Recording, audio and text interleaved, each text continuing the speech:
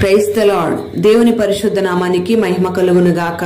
అనుదిన దైవ కృపా కార్యక్రమాన్ని వీక్షిస్తున్న దేవుని బిడ్డలైన మీ అందరికీ పేరు పేరున ప్రత్యేకమైన వందనాలు తెలియపరుస్తున్నాం. నా దేవుడు నిశ్చయంగా మిమ్మల్ని దీవించి ఆశీర్వదించును గాక.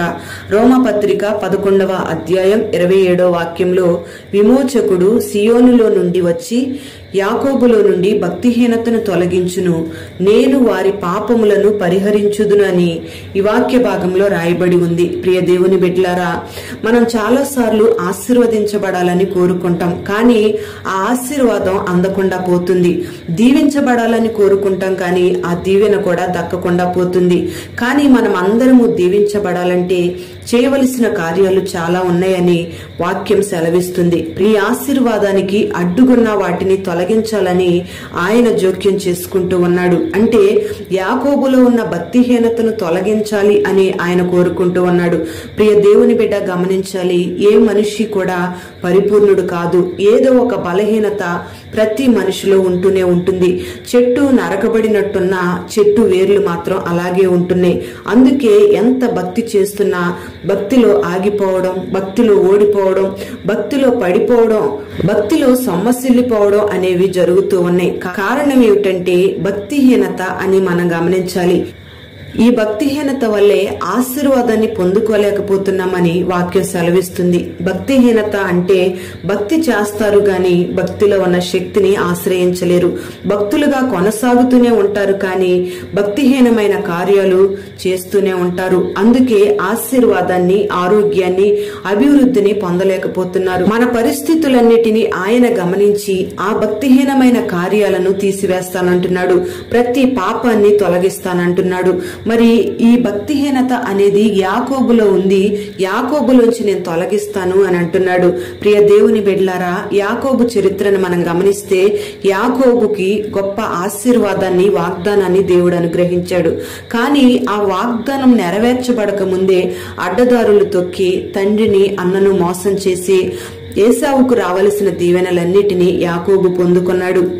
దేవుడిచ్చిన వాగ్దానం నెరవేర్చబడే వరకు ఎదురు చూడకుండా అడ్డదారుల్లో వెళ్లి ఆశీర్వాదాన్ని పొందుకోవాలని కోరుకున్నాడు. ఇదే భక్తిహీనత అని మనం చెప్పుకోవాలి. అంటే ఈ భక్తిహీనమైన కార్యం, ఈ అడ్డదారులు తొక్కటం వల్ల జరిగిన పరిస్థితి ఏంటంటే యాకోబు అరణ్యంలో ఒంటరిగా గడపాల్సిన పరిస్థితులు, ఇల్లు వదిలి పారిపోవలసిన పరిస్థితులు, ఎన్నో ఆకలి దప్పులు యాకోబుకు ఎదురవుతూ వచ్చాయి. దేవుడు అంటాడు, ప్రతిదానికి ఒక సమయం ఉంది, ఆ సమయమందు నేను కార్యం చేస్తానంటున్నాడు.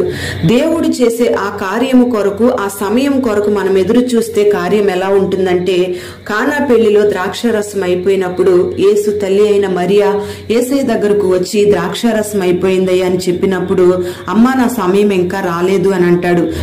యేసయ్య సమయం కొరకు, ఆయన చేసే కార్యం కొరకు మనం ఎదురు చూడగలిగినట్లయితే ఆ కానా పెళ్లిలో మాధుర్యమైన ద్రాక్షారసం అక్కడ నింపబడింది. ప్రియ దేవుని బిడ్డలారా, దేవుడు చేసే కార్యం గొప్పగా ఉంటుంది, మాధుర్యంగా ఉంటుంది. మరి అటువంటి మాధుర్యమైన కార్యాలను, ఆయన వాగ్దాన ఫలాలను మనం అనుభవించాలంటే ఆయన చేసే కార్యం కొరకు మనం ఓపికతో కనిపెట్టాలి. యాకోబు ఒకసారి అరణ్యంలో అలసిపోయి నిద్రిస్తున్నప్పుడు దేవుడు స్వప్నమందు కనబడి, నేను నిన్ను ఆశీర్వదిస్తాను, నువ్వు పడుకున్న ఈ స్థలాన్ని నీకు ఇస్తాను, నువ్వు అడుగుపెట్టిన ప్రతి ప్రాంతంలో నిన్ను వర్ధిల్లింప చేస్తాను, మరలా నిన్ను నీ ప్రాంతానికి నేను తీసుకుని వస్తాను, నేను నీతో చెప్పింది నెరవేర్చే వరకు నిన్ను విడువను, నిన్ను ఎడబాయను అని దేవుడు చక్కటి వాగ్దానం ఇస్తుంటే, యాకోబు నిద్రపోయి లేచిన తరువాత దేవునికి, అంతటి వాగ్దానం ఇచ్చిన దేవునికి కృతజ్ఞతాస్తుతులు చెల్లించకుండా, నువ్వు నాకు వస్త్రాలనిచ్చి, ఆహారం ఇచ్చి, నా మార్గాల్లో తోడయుండి నన్ను కాపాడితేనే నువ్వు నాకు దేవుడవై ఉంటావు అని అంటున్నాడు. ప్రియ దేవుని బిడ్డలారా, ఇక్కడ గమనించాలి, యాకోబులో ఉన్న అవిశ్వాసమే భక్తిహీనత అని మనం చెప్పుకోవాలి. దేవుడు ఇచ్చిన వాగ్దానాన్ని నమ్మకుండా, మరలా నీవు నన్ను కాపాడితేనే, నన్ను పోషిస్తేనే, నాకు వస్త్రాలు ఇస్తేనే నువ్వు నాకు దేవుడవై ఉంటావు అంటున్నాడు. మన జీవితాల్లో కూడా కొన్నిసార్లు, నా జీవితంలో వివాహ కార్యం చేస్తేనే నేను నిన్ను దేవునిగా ఆరాధిస్తానని, నాకు గర్భఫలం ఇస్తేనే నువ్వు నాకు దేవుడివై ఉంటావని, నాకు ఈ కార్యం చేస్తేనే నేను నిన్ను దేవునిగా ఆరాధన చేస్తామని అనేక మంది అంటూ ఉంటారు. ప్రియ దేవుని బిడ్డలారా గమనించాలి, దేవుడిచ్చిన ప్రతి వాగ్దానము కూడా విలువైనది.